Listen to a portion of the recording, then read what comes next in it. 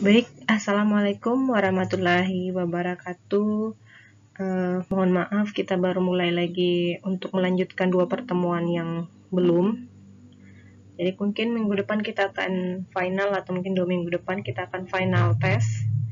Oke, untuk pertemuan ke-12 ini, kita akan membahas tentang teori berfokus pada kekuatan dan solusi. Nah, awalnya saya akan bahas tentang solusi dan kemudian dilanjutkan tentang kekuatannya. Oke, nah, kita lanjut. Perkembangan teori dan teknologi dalam bidang bimbingan dan konseling sangat pesat akhir-akhir ini. Perkembangan penting dalam bimbingan dan konseling dilandasi pada perkembangan teori-teorinya konseling sendiri. Nah, salah satu yang berkembang di konseling sendiri itu adalah teori solution focus brief counseling atau teori berfokus pada solusi. Nah, akhirnya teori ini berkembang membentuk pendekatan sendiri yang disebut SFBC atau Solution Focus Brief Counseling. Jadi, teori berfokus pada solusi ini identik dengan saat seseorang atau peksos menggunakan konseling dengan mencari solusinya. Oke, lanjut. Nah, Solution Focus Brief Counseling ini jadi pendekatan konseling yang menekankan pada penyelesaian masalah dengan mencari solusi secara cepat dan tepat dalam mengatasi masalah-masalah yang ada dalam keluarga. Nah, seperti kita ketahui bahwa konseling itu dia mikro ke meso ya. Jadi dia targetnya individu, kemudian juga kelompok iya, atau keluarga juga iya. Jadi untuk teori ini akhirnya sangat-sangat dipergunakan saat seseorang fokus ke konseling keluarga untuk mencari solusi yang bagaimana solusi ini cepat dan tepat. Nah, pendekatan ini menjadi sangat relevan diterapkan pada keluarga-keluarga yang memiliki kesibukan di atas rata-rata keluarga pada umumnya.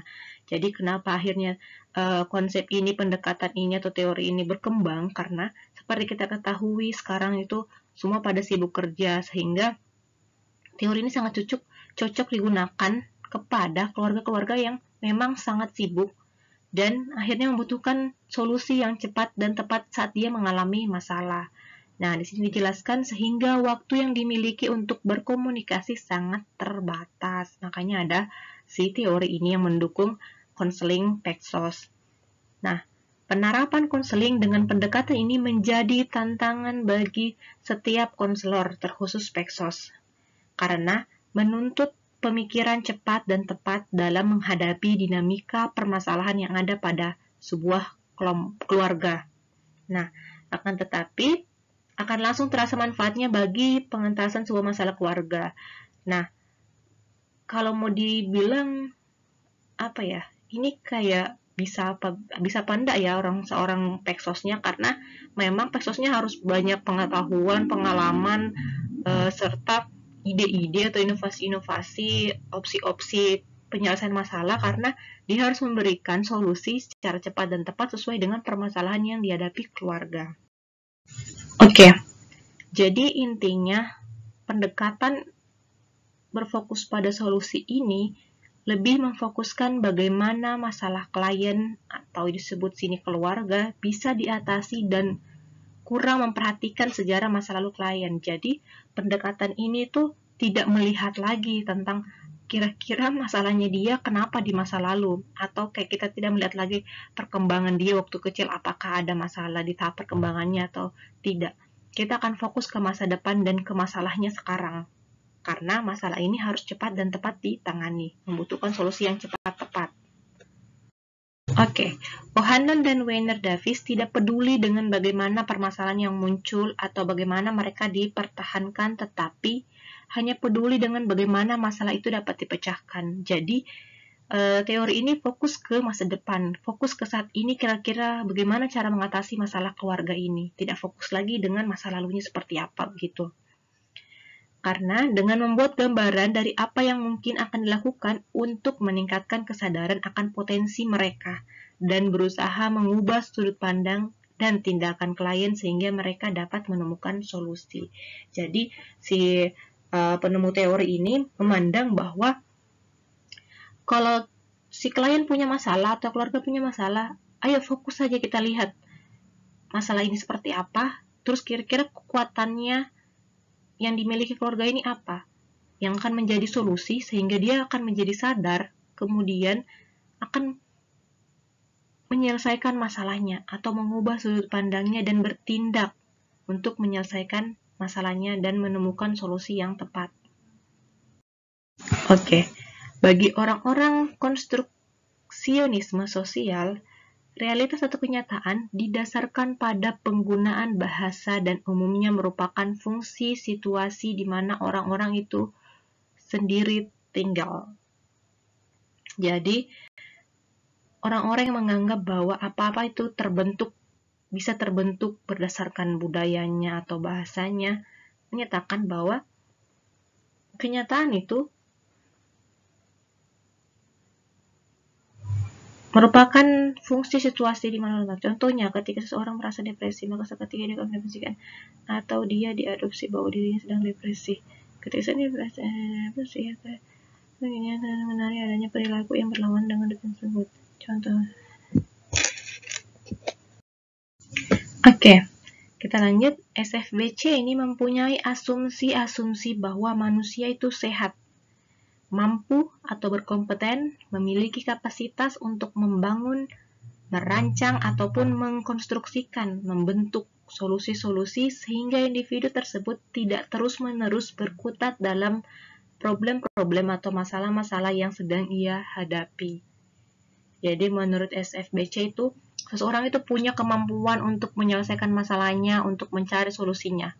Hanya di awalnya kadang kita perlu atau dia perlu orang lain seperti Peksos contohnya, temannya atau keluarganya untuk membantu dia bagaimana caranya mencari solusi akan masalahnya. Jadi saat kita Peksos membantu sekali dua kali membantu menyelesaikan masalahnya, diharapkan kemudian selanjutnya dia bisa menyelesaikan masalahnya dengan sendirinya karena dia punya kekuatan bahwa dia itu sehat, dia mampu berkompeten, dan dia juga mampu merancang dan membentuk solusi-solusi berdasarkan masalah yang dia hadapi. Nah, manusia tidak perlu terpaku pada masalah, namun ia lebih berfokus pada solusi, bertindak, dan mewujudkan solusi yang dia inginkan. Nah, De Sasser berpendapat bahwa tidaklah penting untuk mengetahui penyebab dari suatu masalah untuk dapat menyelesaikannya, dan bahwa tidak ada hubungan antara masalah-masalah dan solusi-solusinya. Jadi, menurut De Sasser itu, kalau kau punya masalah, ya jangan cari penyebabnya. Lihat saja masalah itu apa. Kira-kira kekuatan kita atau apa yang bisa digali di diri kita yang kemudian dapat menyelesaikan masalah yang kita punya begitu. Akhirnya menurut dia bahwa sudah tidak ada kaitannya itu lagi penyebab dengan masalahmu. Yang kamu harus fokusi adalah bagaimana caranya si masalahmu ini terselesaikan dengan kekuatan atau sumber-sumber yang kamu punya, kemudian bertindak sebagai bentuk solusi atas masalah yang kita punya. Nah, mengumpulkan informasi tentang suatu masalah tidaklah penting untuk terjadinya suatu perubahan. Jika mengetahui dan memahami masalah bukanlah sesuatu yang penting, maka mencari solusi adalah penting. Yang tadi De Sasser bilang, tidak perlu cari penyebabnya, yang perlu kita perhatikan, menganggap penting adalah bagaimana cara mencari solusi. Beberapa orang mungkin memikirkan bermacam-macam solusi, dan apa yang benar untuk satu orang mungkin dapat tidak benar untuk yang lainnya. Nah ini, makanya kenapa seorang Peksos akan memberikan beberapa opsi, tidak hanya satu, karena bisa jadi dari 5 opsi yang kita pilih, yang cocok sama dia itu cuma 1 atau 2. Karena mungkin 3-nya lebih cocok ke orang lain atau budaya lain atau yang perilaku yang lain, agama yang lain, dengan latar belakang yang berbeda. Nah, dalam SFBC ini, konseling memilih tujuan-tujuan yang mereka ingin capai dalam terapi atau konseling, dan diberikan sedikit perhatian terhadap diagnosisnya, pembicaraannya tentang sejarah atau eksplorasi masalahnya. Jadi, di konseling ini, dengan menggunakan teori yang berfokus pada solusi ini, tidak terlalu banyak perhatian yang akan kita berikan terhadap asesmen kita atau penggalian masalah. Kita hanya dengar masalahnya apa, kemudian kita bicarakan bagaimana masalah itu dapat ditangani dengan solusi. Oke, kita lanjut. Ya, berikut ini beberapa asumsi dasar tentang SFBC. Yang pertama, bahwa individu yang datang ke konselor mampu berperilaku efektif. Maksudnya itu waras lah, dia bisa mengerjakan atau berdiskusi dengan konselor atau peksos. Meskipun kelakuan keefektifannya ini mungkin dihalangi sementara oleh pandangan negatif. Jadi maksudnya orang-orang yang menyatakan dirinya bahwa dia butuh konselor, dia butuh peksos untuk menyelesaikan masalahnya, dia adalah orang efektif, orang yang waras, bahwa dia tahu dia butuh orang lain untuk menyelesaikan masalahnya, walaupun saat itu dia dihalangi oleh pandangan negatif. Mungkin dia merasa tidak bisa menangani masalahnya, padahal sebenarnya dia sangat bisa, cuma hanya memerlukan sedikit bantuan dari pekerja sosial. Yang kedua, asumsi kedua, ada keuntungan-keuntungan untuk sebuah fokus positif pada solusi dan pada masa depan. Jadi, asumsi yang kedua itu bahwa penggunaan teori yang berfokus pada solusi ini, keuntungan-keuntungannya dia lebih positif ya, karena tadi kita yang dibahas sebelumnya bahwa saat kita melihat masalah itu jangan cari-cari lagi tahu tentang masa lalunya, penyebabnya dan sebagainya, tapi kita fokus akan solusi untuk menyelesaikan masalah tersebut. Jadi dia itu lebih ke positif keuntungan-keuntungannya, dan dia lebih mengarah ke masa depan, tidak mengotak-atik lagi tentang penyebab dan masa lalunya. Nah, asumsi yang ketiga, ada penyangkalan pada setiap problem atau masalah. Jadi, kemungkinan akan ada penyangkalan dari klien kita yang datang. Nah, dengan membicarakan penyangkalan ini, klien dapat mengontrol apa yang terlihat menjadi sebuah masalah yang tidak mungkin diatasi. Nah, akhirnya penyangkalan ini memungkinkan terciptanya sebuah solusi. Jadi, bisa jadi penyangkalan yang klien ceritakan atau klien sebutkan, akhirnya penyangkalan inilah yang akan menjadi solusinya begitu. Apa yang si klien hindari ternyata ini akan jadi solusinya. Itu asumsinya dia. Kemudian asumsi yang keempat, klien sering hanya menampilkan satu sisi dari mereka, dan dengan menggunakan SFBC ini, kita mengajak klien untuk menyelidiki sisi lain dari cerita yang sedang mereka tampilkan.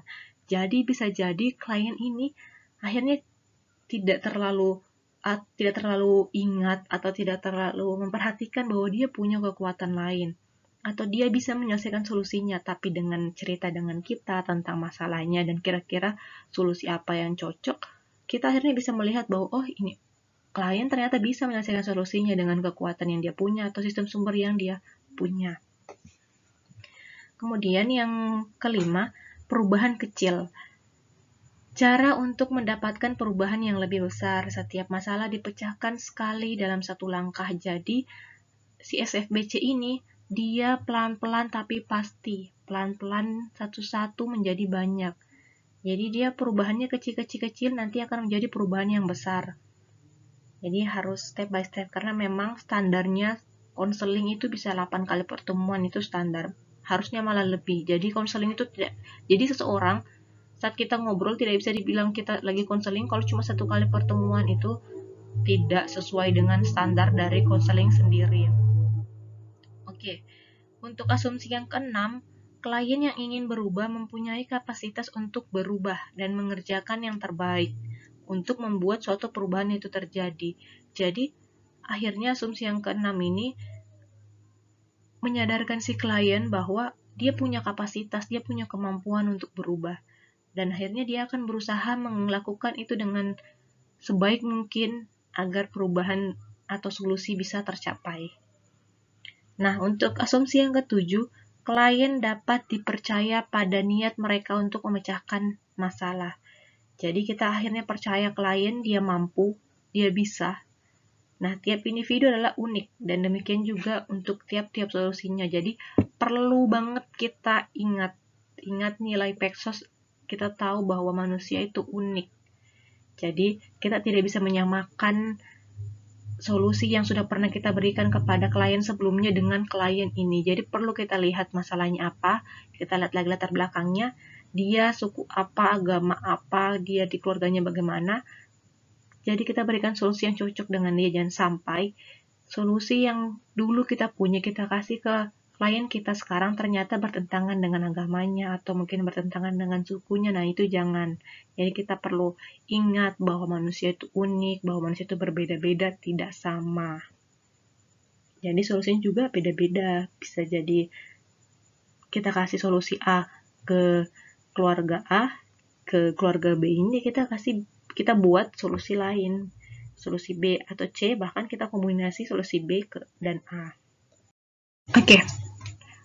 Kita lanjut. Nah, pendekatan SFBC ini memiliki beberapa teknik intervensi khusus. Jadi, di sini kita akan bahas beberapa teknik-teknik yang dapat digunakan seorang konselor untuk bagaimana caranya si klien ini sadar bahwa dia punya masalah dan perlu membuat solusi atas permasalahan yang dihadapi.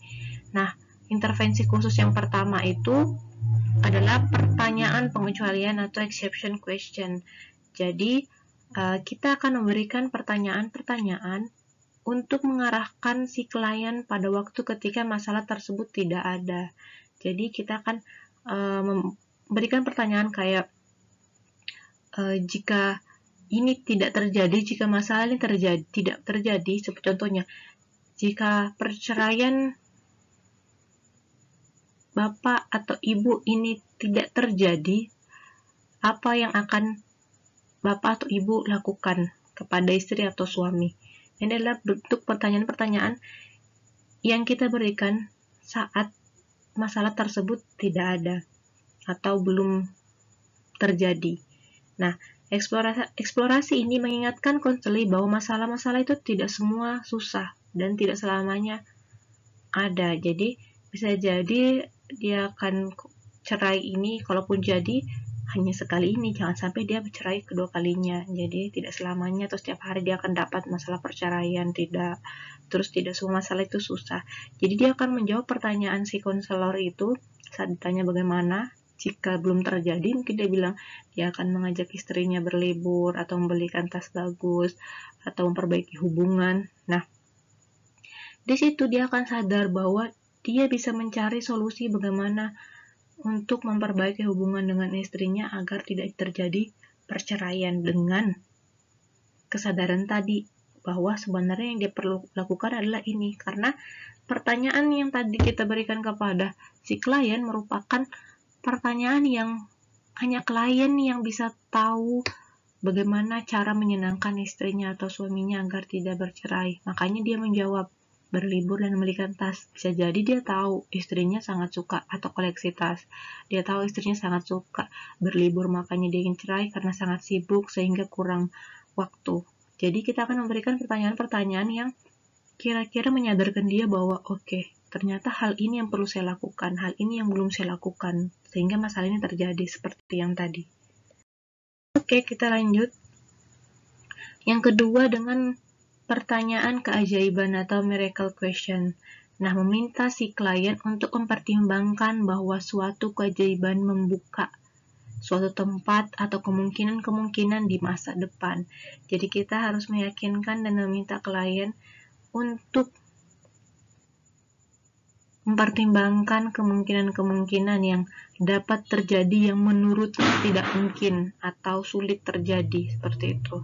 Jadi klien didorong untuk membiarkan dirinya sendiri bermimpi tentang suatu cara atau jalan untuk mengidentifikasi jenis-jenis perubahan yang paling mereka inginkan.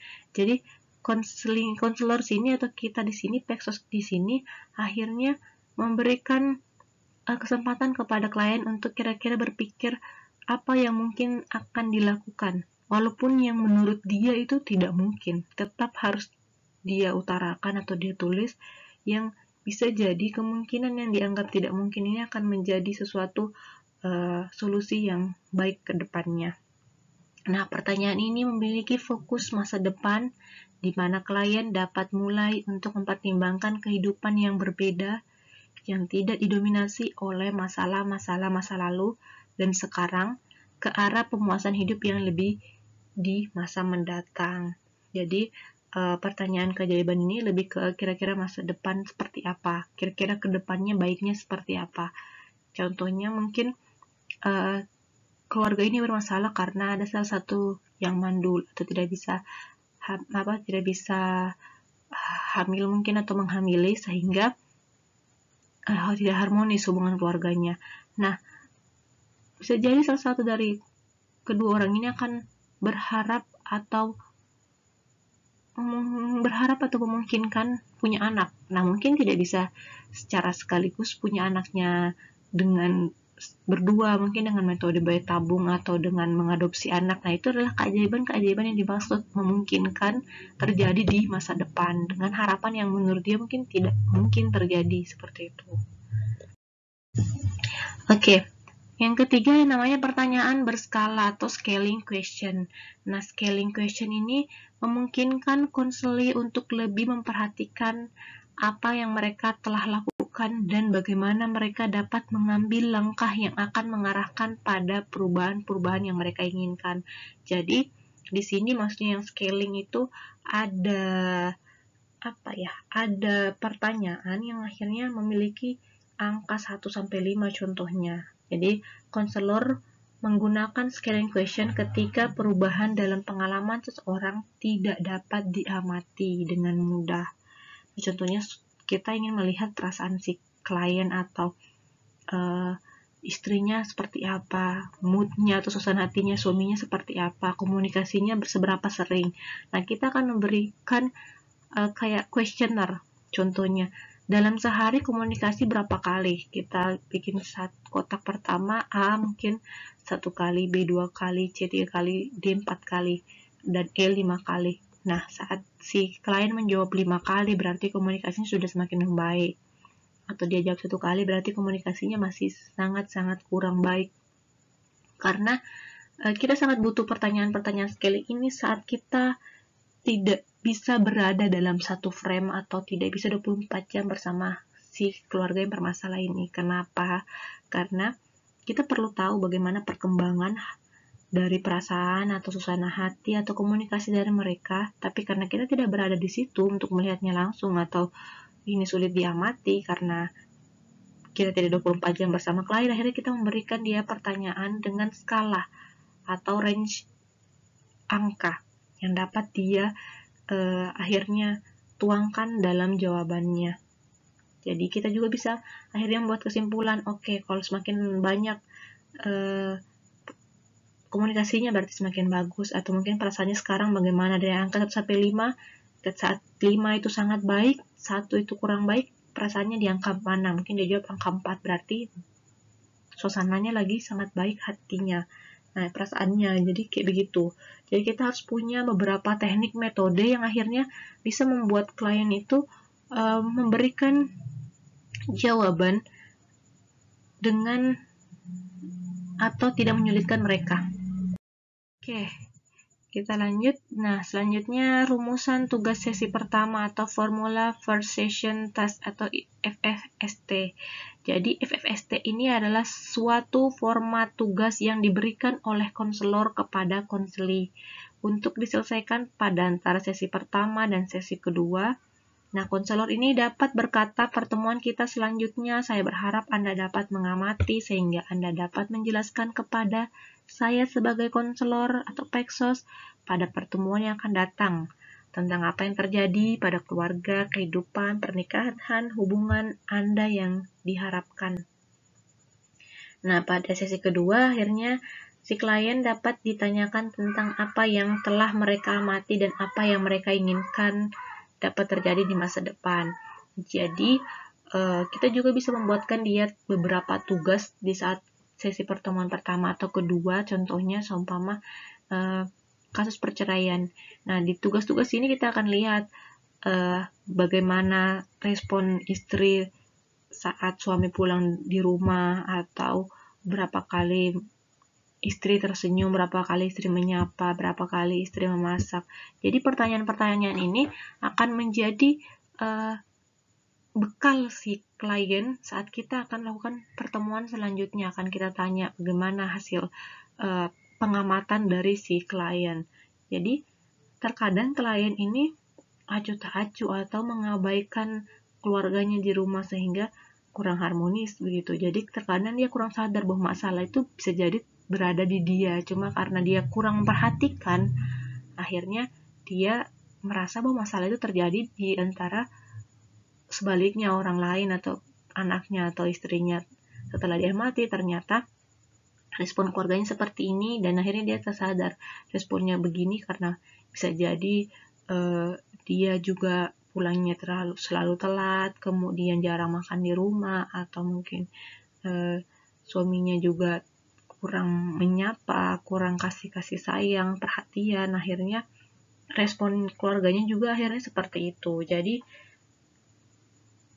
tugas-tugas yang diberikan konselor atau peksos kepada klien ini untuk membantu si klien sadar dan mengamati bagaimana atau apa yang terjadi di kehidupan dia atau di rumah dia. Nah, selanjutnya ada namanya umpan balik atau feedback. Jadi, para konselor pada umumnya mengambil waktu 5-10 menit pada akhir setiap sesi untuk menyusun suatu ringkasan pesan untuk klien. Nah, selama waktu ini, si konselor memformulasikan umpan balik atau feedback yang akan diberikan kepada si klien. Dalam pemberian feedback ini memiliki 3 bagian dasar, yaitu bisa pujian, bisa jembatan penghubung, dan pemberian tugas. Jadi, saat kita melakukan konseling kepada klien, yang saya bilang minimal itu 8 kali kita tatap muka, kita cerita. Akhirnya setelah kita berikan pertanyaan, dia jawab, kita berikan dia tugas, kemudian dia berhasil menjelaskan, dan kita berikan dia solusi, kita cerita solusi apa yang terbaik, dan dia menyetujuinya, kita berikan dia pujian bahwa Bapak sangat baik, sudah memperhatikan keluarga dan sadar, atau kita malah menjadi penghubung, bisa jadi si Bapak ini kurang bisa komunikasi dengan istrinya dengan baik, akhirnya kita memberikan dia ruang, kita mengajak keluarganya untuk cerita apa isi hati si suami atau Bapak ini. Kemudian kita juga bisa memberikan tugas selanjutnya, yang akhirnya tugas yang mungkin awal menurut pengamatan ini akhirnya dia tersadar, bisa jadi di tugas kedua dia lebih mendapat hal yang baik setelah dia merubah perilakunya, dan akhirnya tugas yang selanjutnya dia dapat respon yang baik seperti itu. Oke, kita lanjut. Jadi si solution focus brief counseling ini menekankan aspek perumusan dan penentuan solusi yang disepakati bersama dalam mengatasi sebuah permasalahan keluarga. Nah, solusi ini, perumusannya dan penentuannya bisa kita lakukan setelah tadi ada beberapa teknik intervensi atau pertanyaan-pertanyaan atau tugas-tugas dan feedback juga yang kita berikan kepada klien, yang akhirnya setelah kita mengetahui, dia amati, dia sadari bahwa masalah itu seperti apa, akhirnya ditentukanlah si perumusannya bagaimana dan penentuannya seperti apa. Nah, kemudian hal ini bertujuan agar si klien memiliki kesempatan untuk secara mandiri belajar untuk menyelesaikan masalahnya yang mungkin saja dihadapi ke depannya. Yang tadi saya bilang, manusia itu punya kemampuan sebenarnya untuk menyelesaikan masalahnya, cuma terkadang butuh sedikit sentilan, butuh sedikit sentuhan orang lain, bantuan orang lain seperti peksos, agar dia tersadar cara menyelesaikan masalahnya. Nah, dengan adanya peksos di sini diharapkan kita hanya membantu sekali, kemudian seterusnya dia akan bisa menyelesaikan masalahnya sendiri. Itu adalah keberhasilan dari seorang peksos. Adapun tahapan SFPC yang pertama yaitu kita menentukan arah tujuan dari konseling ini. Jadi kita menetapkan arahnya, tujuannya apa. Jadi kayak induk tujuannya apa. Jadi pada tahap ini kita lebih mendengarkan tentang apa yang si klien rasakan, terus akhirnya membutuhkan konselor atau si peksos. Jadi kita akan fokus ke pertanyaan-pertanyaan yang bisa membantu ke depannya. Contohnya apa saja yang sudah terjadi, kemudian kapan terjadinya, apakah sudah lama atau masih baru-baru, kira-kira butuh waktu berapa lama untuk menyelesaikan masalah ini, kemudian siapa saja yang bisa terlibat, bagaimana harapan si konselor atau bagaimana ke depannya baiknya, tanpa menanyakan mengapa itu terjadi atau menggali-gali masa lalunya. Kemudian tahap kedua, kita memfokuskan atau memformulasikan tujuan secara mendetail. Jadi contohnya kalau masalahnya yang pertama kita sudah gali bahwa tujuannya adalah agar si klien tidak jadi bercerai. Nah, kita formulasikan lagi tujuan ini secara mendetail. Bagaimana harapan dengan tidak bercerai, kembali satu atap atau satu rumah, atau satu ranjang, kemudian istri akur lagi, anak lengket lagi, istri bahagia, banyaklah yang diharapkan oleh si klien kita ini secara mendetail seperti apa untuk mencapai target atau tujuan yang pertama dengan tidak bercerai. Nah, kemudian tahap ketiga kita akan mengarahkan klien untuk fokus kepada bentuk-bentuk hasil yang dicapai. Jadi, hal-hal yang tadi sudah dia detailkan bahwa kayak contohnya akhirnya dia ingin istrinya bahagia atau lengket kembali atau harmonis. Hal-hal mendetail ini atau sering komunikasi, kita akan berikan tugas atau kita akan berikan solusi dan kita sharing, kita cerita untuk menyepakati solusi yang tepat. Contohnya, si klien ini lebih cepat pulang ke rumah, kemudian mengajak istrinya liburan weekend, ngajak makan kah, atau dengan sering menyapa duluan, tidak langsung tidur saat pulang. Nah, kita akan buat dia mencari solusi dan sharing kepada kita solusi yang cocok dengan situasi dia di rumah, kemudian disepakati, dan akhirnya kita akan mengarahkan klien itu untuk fokus akan hasil-hasil yang telah dia capai saat dia melakukan hal tersebut atau mencapai solusi tersebut dengan cara, contohnya si Pexos itu menggunakan scaling yang tadi contohnya. Kita lihat komunikasinya seberapa baik. Nah, kita tanya berapa sering komunikasi sehari, 1A, 1B 2 kali, C 3 kali, sampai E 5 kali. Saat dia menjawab 4 kali atau 5 kali, yang awalnya sebelum dia dia melakukan hal-hal yang baik atau positif, masih 1 kali komunikasi, bahkan sampai tidak pernah komunikasi, menjadi sering, jadi 3, 4, 5 itu adalah hasil yang telah dicapai oleh klien dan dia harus diapresiasi untuk hal-hal yang telah dia capai. Akhirnya dia sadar bahwa masalah yang dihadapi itu bisa dia tangani. Akhirnya dia paham nantinya, oke, kalau saya punya masalah, saya harus detailkan dulu masalahnya, cara menangani seperti apa, kemudian saya akan buat tugas-tugas atau apa saja yang bisa saya lakukan untuk menangani beberapa detail atau tujuan yang tadi sudah dia tuliskan. Kemudian dia akan melihat hasil-hasil dari apa yang telah dilakukan untuk mencapai tujuan tersebut. Nah, tahap keempat ini mengakhiri sesi dengan memberikan apresiasi terhadap cara berpikir yang sudah mulai berubah atau bahkan usaha yang si klien lakukan. Ya, contohnya usahanya telah komunikasi, menyapa duluan, pulang kantor duluan, mengajak keluarganya liburan, sharing, camping. Nah, dengan hal-hal tersebut itu adalah hasil yang ia dapatkan atau yang dia lakukan. Kemudian kita mengakhirinya dengan memberikan apresiasi dengan sanjungan, kemudian kita refleksi atau kita kayak buat dia flashback lagi ke belakang lagi, kira-kira hal yang dia telah lakukan perlu dikuatkan di mananya lagi atau perlu ditingkatkan di mananya. Kemudian memberikan petunjuk untuk hal-hal yang perlu dilakukan. Kita memberikan lagi tambahan-tambahan atau solusi-solusi yang lainnya selain yang telah dilakukan. Oke, kita lanjut. Nah, setelah tadi kita bahas tentang teori yang berfokus pada solusi, di sini selanjutnya kita akan bahas tentang teori berfokus pada kekuatan atau strength-based perspective. Nah, kalau tadi yang solusi itu memandang bahwa setiap orang punya kemampuan untuk menyelesaikan masalah berdasarkan solusi yang dia akhirnya rumuskan atau rancang. Kalau berdasarkan teori yang ini sendiri, dia memandang bahwa setiap orang memiliki kekuatan kemampuan, dan kekuatan dalam mengatasi masalah dengan perspektif kekuatan.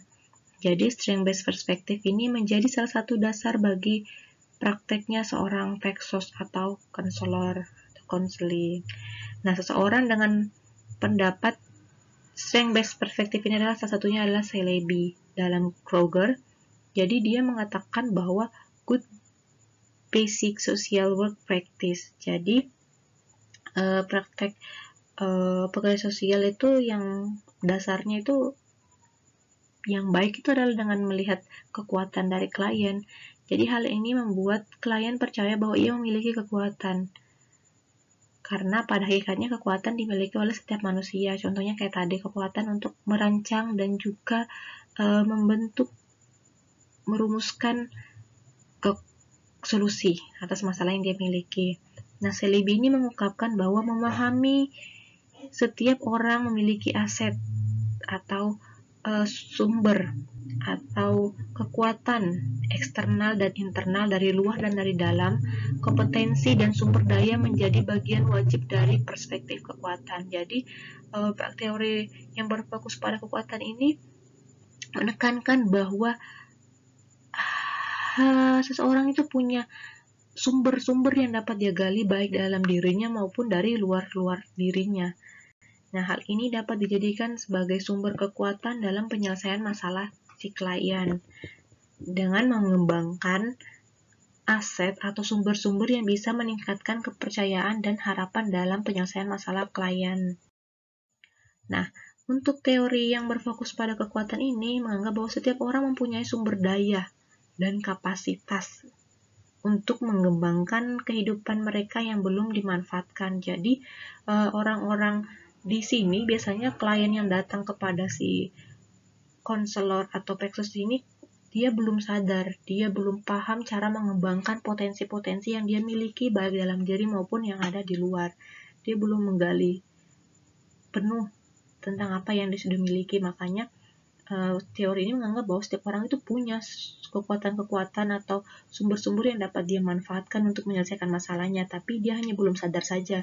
Sama juga kayak tadi. Jadi makanya kenapa teori ini berkaitan solusi sama kekuatan, karena mereka memang saling menganggap bahwa seseorang itu belum sadar, belum mampu mengembangkan sehingga perlu bantuan si konselor atau Pexos. Oke. Nah, perspektif kekuatan ini muncul sebagai kritik terhadap praktek Pexos yang menggunakan problem perspektif. Jadi ada juga Pexos yang menggunakan atau menyelesaikan masalah dengan fokus ke pendekatan masalahnya seperti apa. Jadi kayak masa lalunya dicari, digali penyebabnya seperti apa. Nah, menurutnya si Monroyal ini bahwa penganut perspektif yang berbasis kekuatan berpendapat pemecahan dengan menggunakan perspektif masalah tidak menghasilkan perubahan yang berkelanjutan atau sustainable dan menciptakan ketergantungan akhirnya kepada sumber daya dan pemecahan masalah dari luar dirinya. Nah, sebagai contoh nih, kenapa si perspektif problem ini atau masalah ini dikritik dan akhirnya timbullah perspektif kekuatan atau perspektif lain. Nah, sebagai contoh dalam konteks penanggulangan kemiskinan, perspektif berbasis kekuatan memandang bahwa orang miskin itu mempunyai kekuatan, mempunyai kapasitas untuk mengembangkan dirinya, hanya saja belum digali atau disadarkan si keluarga miskin ini. Nah, salah satu prinsip dari perspektif ini adalah every individual, setiap individu, family, keluarga, grup, kelompok, dan komunitas masyarakat mempunyai kekuatan, has strength, and the focus in this strength rather than pathology, dan fokus terhadap kekuatannya dibanding dengan penyebabnya atau patologinya. Jadi prinsipnya perspektif kekuatan ini bilang bahwa mau individu dia, mau kelompok dia, mau keluarga dia, mau masyarakat dia punya kekuatan yang ada, yang bisa dia fokuskan, bisa dia gali tanpa harus dia pedulikan penyebab dari masalah tersebut. Nah, sebagai konsekuensi dari pandangan ini, maka asesmen terhadap orang miskin difokuskan pada kekuatannya apa yang orang miskin tersebut miliki atau dapat digunakan. Nah, treatment yang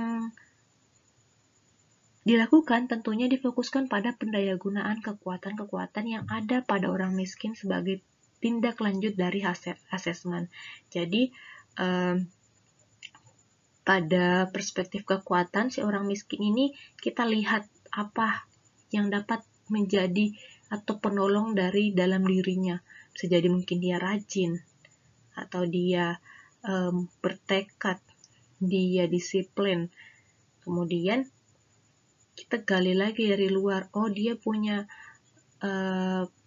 pabrik yang belum, akhirnya dia punya pabrik di sekitar rumahnya, ada keluarganya yang buka lapangan pekerjaan, hanya dia belum bisa mengakses atau tidak sadar ada di situ, sehingga si Pexos mengaitkan kekuatan-kekuatan yang dia punya, sumber-sumber yang dia punya, baik internal dia rajin, dia mau berusaha, dia disiplin, dengan pabrik atau tempat yang bisa dia jadikan tempat kerja untuk melangsungkan atau mencari penghasilan.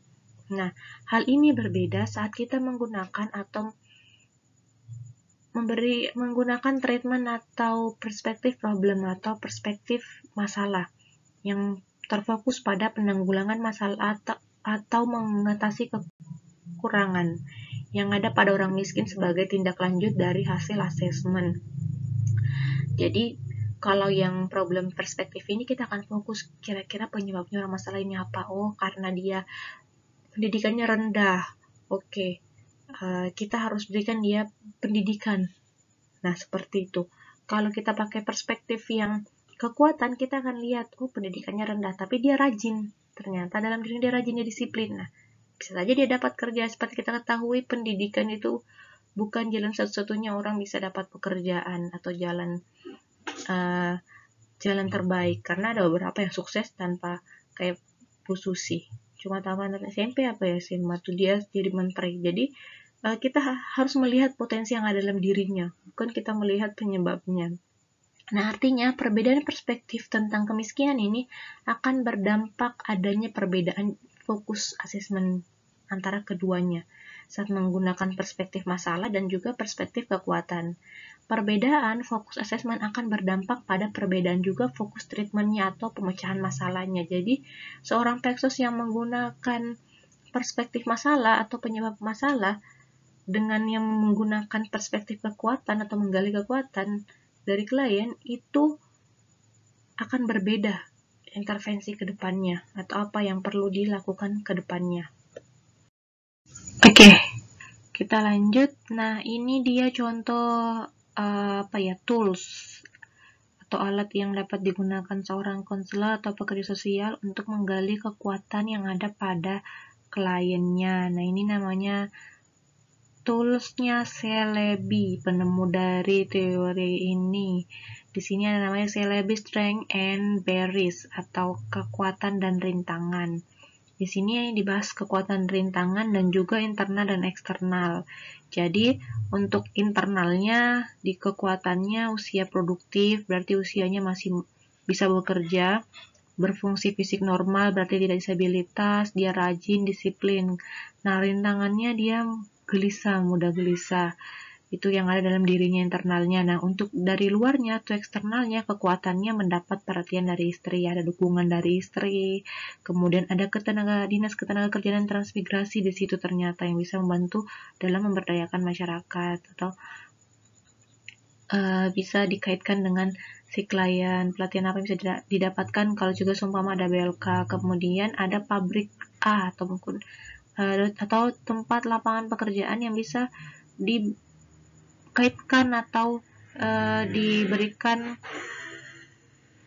sebagai sistem sumber kepada klien. Nah, rintangannya ternyata dia sulit mendapatkan info tentang lapangan pekerjaan. Nah, ternyata di sekitarnya ada dinas ketenagakerjaan, ada pabrik A yang bisa Pexos bantu untuk bisa kaitkan klien untuk mendapatkan pekerjaan di situ dengan menjelaskan kekuatan si klien, atau mungkin bisa magang dulu, kalau memang hasilnya baik bisa dipekerjakan lagi dengan lebih lama. Nah, ini adalah contoh penggunaan dari penggunaan teori yang berfokus pada kekuatan. Jadi kita akan menggali kekuatan yang ada dalam diri dan juga di luar dari klien, sekitar klien kah, keluarga klien kah, teman klien kah, baik itu berupa dukungan, berupa motivasi, berupa tempat kerja, atau mungkin berupa lembaga yang bisa membantu dalam menyelesaikan masalah klien. Nah, tidak hanya kita bahas kekuatan, rintangan juga.